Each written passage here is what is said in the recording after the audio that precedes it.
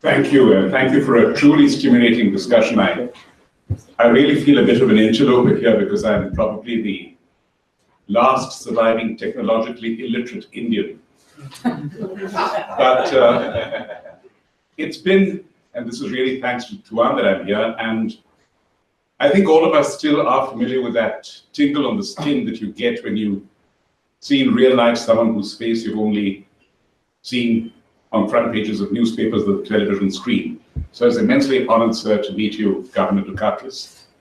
I listened some years ago to your Kimball lecture at the UN Association here in Boston, and you were speaking about the strengthening of the role of international institutions, and you made the very compelling point, which I think is relevant today, that by strengthening institutions, you do not make them autonomous or outside your control, but you, in a sense, give them the power to strengthen yourselves and strengthen your capacity for collective action.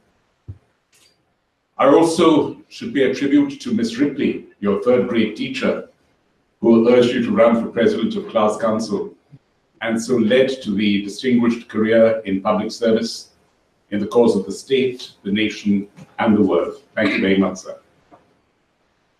And talking about the state of Massachusetts, one also realizes that this state, whose constitution precedes that of the United States, in 1780 itself had talked about education as a means for cherishing education in the sciences. And the fact that that was articulated in a formal constitutional document, which lay the rules and paradigm, if you will, for the governance of the state, shows how apposite it is that we are discussing this issue here today. Max spoke very eloquently about the larger picture of history and where we are in this panoply of time, if you will.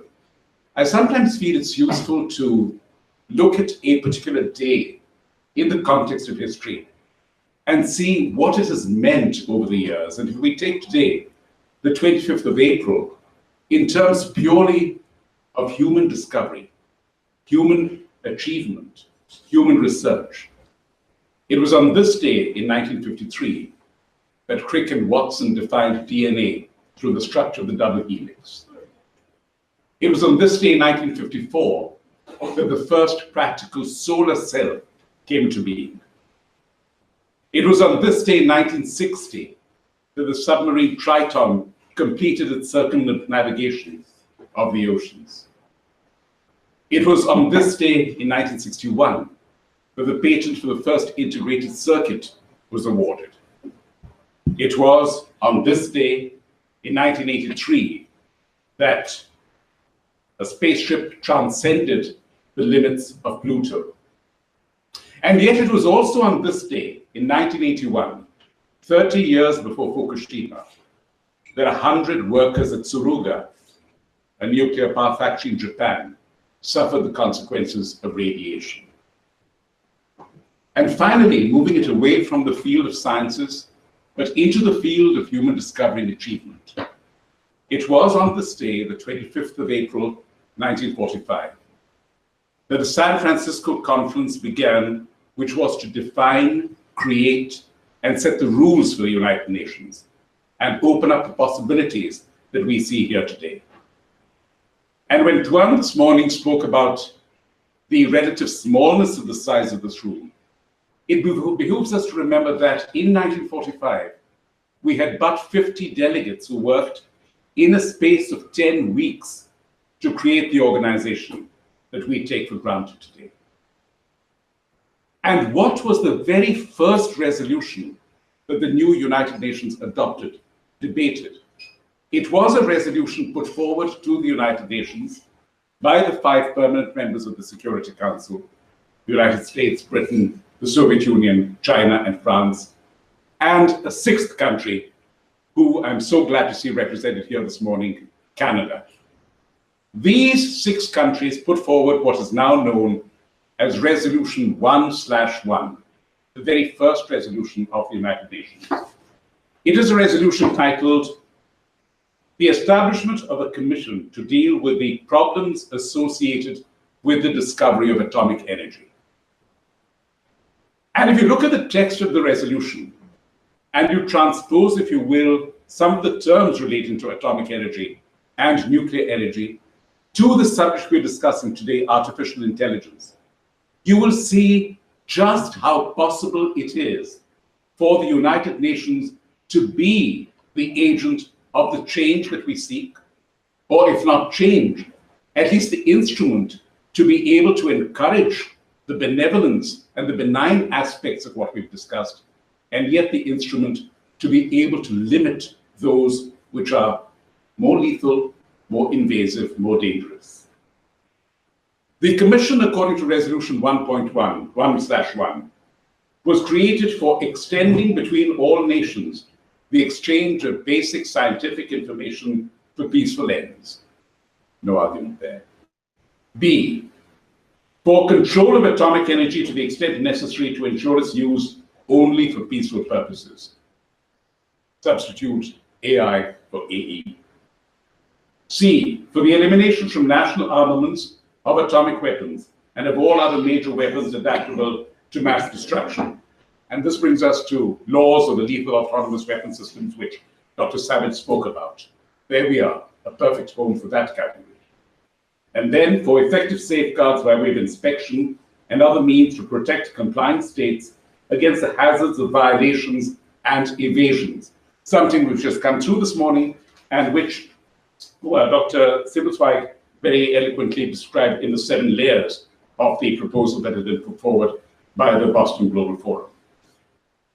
So here we are at the moment in a sense of quandary, because at one stage, the United Nations, the 193 governments that constitute it, and more important, the 7 billion people who constitute those governments, are working to try and achieve within a space of the next 12 years what have come to be defined or called the Sustainable Development Goals. And the fact is that each one of these goals, whether dealing with poverty or hunger or sanitation or disease or the rights of women or peaceful structures, inclusive societies, consumption, production, each one of this has the capacity to be enriched and furthered by the right use of artificial intelligence. And yet, at the same time, we see that there are 2 dangers. One, which has been discussed in detail today, the possibility of a misuse of artificial intelligence, and therefore the need, if not a regulatory mechanism, at least an open, introspective mechanism, which blends together the wisdom and the power of science with the prudence and the power of governance. That's the one. And the second, and this in a sense might well be the 8th layer of our approach, is the danger that artificial intelligence will leave people behind, and so accentuate the disparities and the gaps within nations, within populations, between populations. Because if artificial intelligence is to become economical and democratic, you may not have that danger. But if it is to become an instrument in the hands of either malign political power or benign economic power for the sake of particular populations or particular communities, then we will really risk, in Max's phrase, being on this rudderless ship to obsolescence, because that obsolescence will be when countries feel that they can no longer afford or involve themselves in the process of those discoveries, and then return to means that are primeval and primitive. The other possibility I think that we should keep in mind is trying to segregate, if you will, the weaponry aspect or the defensive danger, defense and dangers of artificial intelligence with the strictly social and the economic. Because one of the problems I think that we made in the case of atomic energy, and reference was made to the more current debate on the internet, is trying to amalgamate all of these into a single paradigm. That means, in effect, that you are persuading countries or governments to retreat from an agreement on policies that they would otherwise concur because they are afraid of bringing in elements on which they have a difference. So maybe there is a case for us to reflect, and I can think of no audience or group better than this, to think of the possibility of having 2 or 3 regimes, if you will, governance structures, if you will, voluntary means of creating an international consensus on artificial intelligence. Because ultimately, when you come down to it, you may have all the artificial intelligence you will to get the data you need to be able to communicate what is real on the ground in terms of deprivation, in terms of disease, in terms of despair to policymakers. But it will be a long while, if at all, before you actually get artificial intelligence to create for you the policies that will alleviate them. Very simply put, I would suggest to you that artificial intelligence is real. It is no longer a possibility. Artificial reason is something which I do not think we will ever attain. Reason will remain within the domain of human intelligence, of human capacity, and it is our responsibility to exercise that reason, either as scholars, as practitioners, or as political leaders and governments, to be able to take this a step further. In just 18 months from now, the United Nations will be observing its 75th anniversary, 75 years from that day in San Francisco and the coming into being of the organization that I mentioned.